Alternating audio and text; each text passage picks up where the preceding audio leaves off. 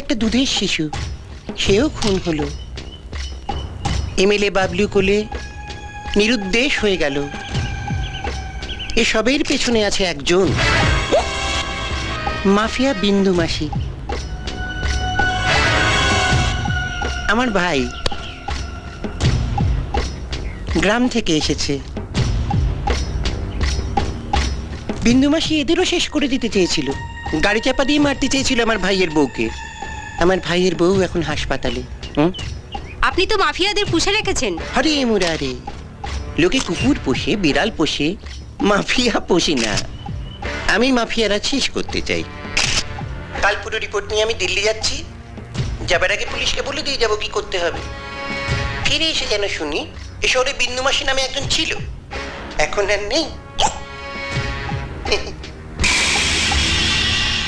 হারামি।